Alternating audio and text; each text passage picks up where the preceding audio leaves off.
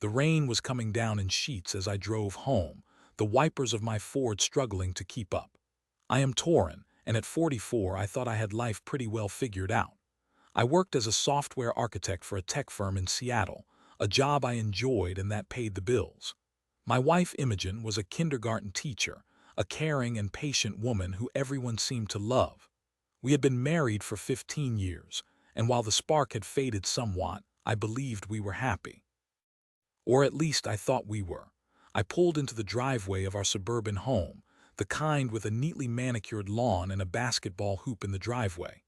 Imogen's Volvo was already parked in the garage.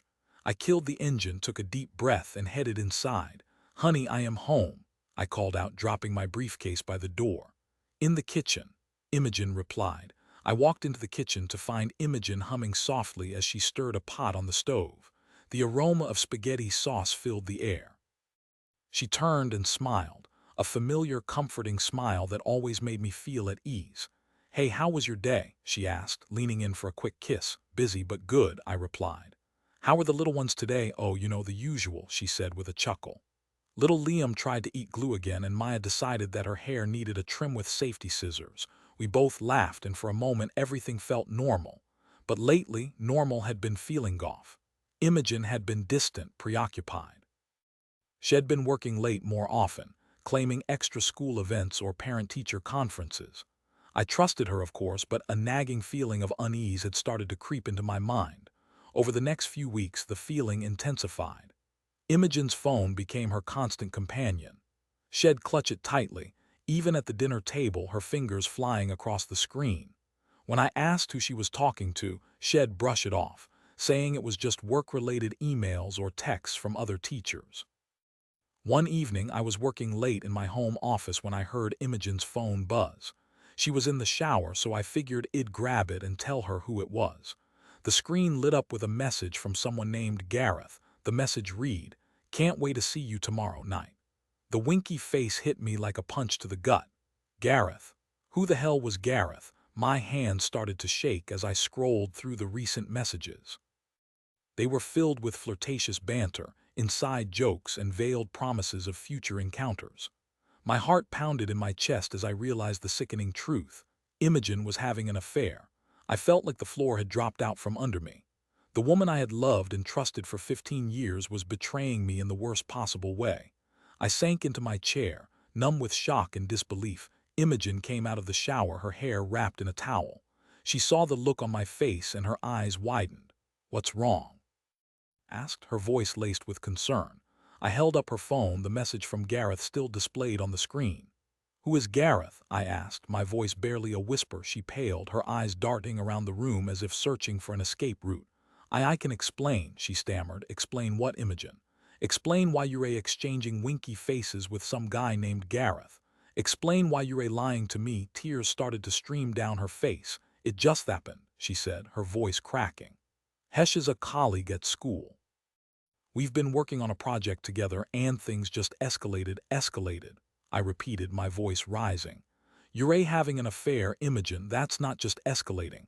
That's a complete and utter betrayal." She started to sob, burying her face in her hands. "I'm so sorry, Torin," she cried.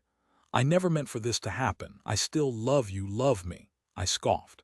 "If you loved me, you wouldn't have done this. You wouldn't have lied to me. You wouldn't have sneaked around behind my back." I stood up, pacing the room, my mind racing. I couldn't believe this was happening. My marriage, my life was crumbling before my eyes. "I need you to leave," I said, my voice trembling. "I need you to pack your things and get out." "Torin, please don't do this," she begged. "We can work through this. We can go to counseling. I'll do anything." "It's too late, Imogen," I said, shaking my head. "You broke my trust. You broke my heart. I don't think I can ever forgive you." She continued to cry, pleading with me to reconsider, but my mind was made up. I couldn't stay with her, not after what she had done. The pain was too deep, the betrayal too profound. Imogen spent the next few hours packing her belongings, her sobs echoing through the house.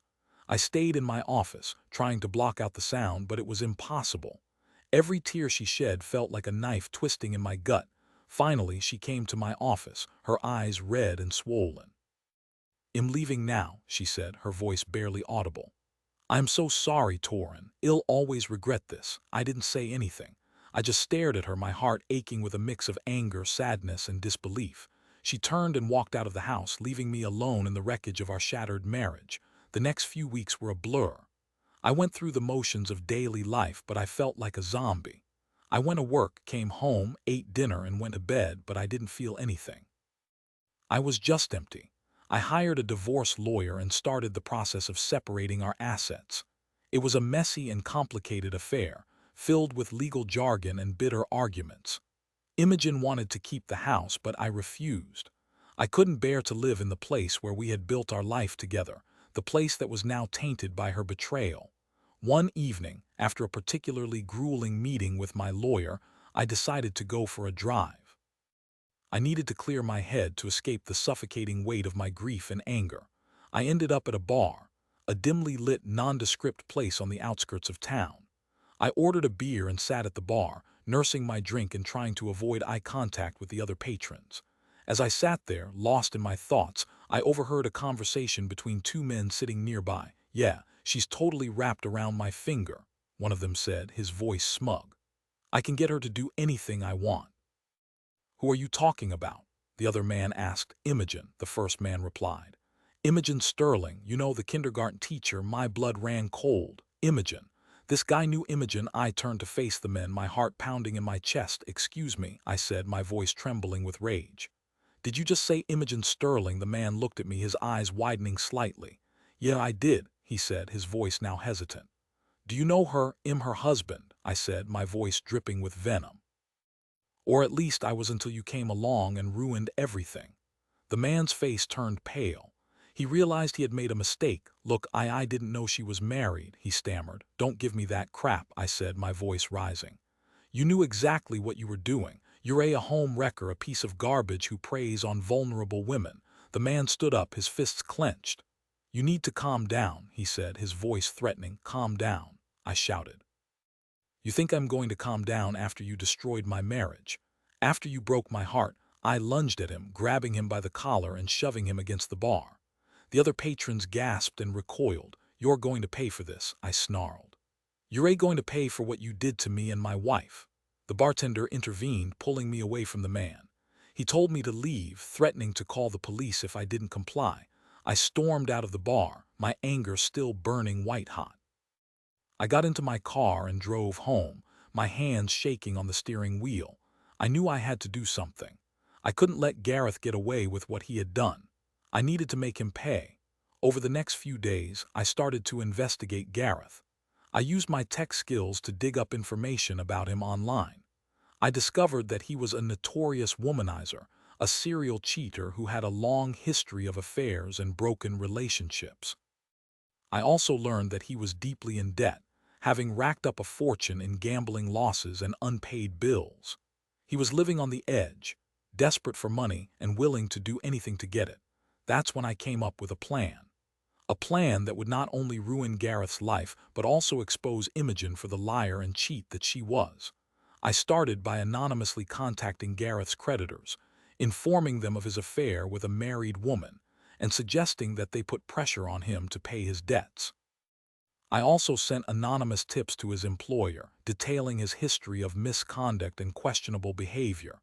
Within weeks, Gareth's life started to unravel. His creditors were hounding him, his employer was investigating him, and his reputation was in tatters. He confronted Imogen, accusing her of being behind his troubles. She denied it, of course, but he didn't believe her. He knew that someone was out to get him, and he suspected that it was me. One evening, I received a call from an unknown number. I answered it, and Gareth's voice came on the line. "Torin, is that you?" he asked, his voice trembling with anger. "Yes, it's me," I replied, my voice cold and emotionless. "You're the one who's been messing with my life, aren't you?" he accused. "Maybe," I said, smirking to myself.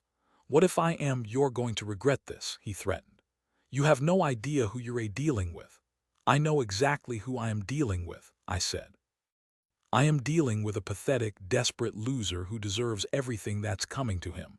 I hung up the phone, feeling a sense of satisfaction wash over me. My plan was working. Gareth was crumbling and there was nothing he could do to stop it, but I wasn't finished yet. I still had one more card to play, a card that would destroy Imogen's life and reputation. I contacted the local newspaper and anonymously leaked the story of Imogen's affair with Gareth, including details of his financial troubles and his history of misconduct. I also provided evidence of Imogen's lies and deception, including copies of her text messages and emails. The newspaper ran the story on the front page, and it quickly went viral. Imogen was exposed as a cheater and a liar, and her reputation was ruined. She was fired from her job, ostracized by her friends and family, and forced to move out of town. I watched it all happen, feeling a mix of satisfaction and guilt. On the one hand, I was glad that Imogen was finally paying for what she had done. She had betrayed me, lied to me, and destroyed my life. She deserved to suffer the consequences. On the other hand, I couldn't help but feel sorry for her. She had made a mistake, a terrible mistake, but she didn't deserve to have her life ruined. I knew that my actions had caused her immense pain and suffering, and that weighed heavily on my conscience. In the end, I had my revenge. I had exposed Imogen and Gareth for who they really were, and I had made them pay for what they had done. But in the process, I had also destroyed myself. I had become consumed by my anger and bitterness, and I had lost sight of who I was. I was left alone, surrounded by the wreckage of my shattered life. I had won the battle, but I had lost the war. And as I sat there, staring out at the rain-soaked streets of Seattle, I realized that revenge is a dish best served cold and often leaves a bitter taste in your mouth. Years have passed since then. I moved away from Seattle, seeking a fresh start in a new city. I found a new job, made new friends, and slowly began to rebuild my life. But the scars of Imogen's betrayal still remain, a constant reminder of the pain and loss I endured. I never remarried, and I never had children. The thought of trusting someone again, of opening myself up to the possibility of another betrayal, was simply too much to bear. I became a recluse, content to live my life alone with only my memories for company. Sometimes I wonder if I did the right thing. Should I have forgiven Imogen? Should I have tried to work things out? Or was my desire for revenge justified, a necessary response to the profound betrayal I had suffered? I don't know the answer. All I know is that the pain of infidelity is a wound that never fully heals. It's a scar that you carry with you for the rest of your life, a constant reminder of the fragility of love and the devastating consequences of betrayal. And so, I share my story with you, not as a tale of triumph or redemption, but as a cautionary tale. A tale of love, loss, and the destructive power of revenge. A tale that I hope will serve as a warning to others, a reminder that the choices we make can have lasting consequences, not only for ourselves but for everyone around us. Thank you for listening. May you never have to experience the pain of betrayal firsthand.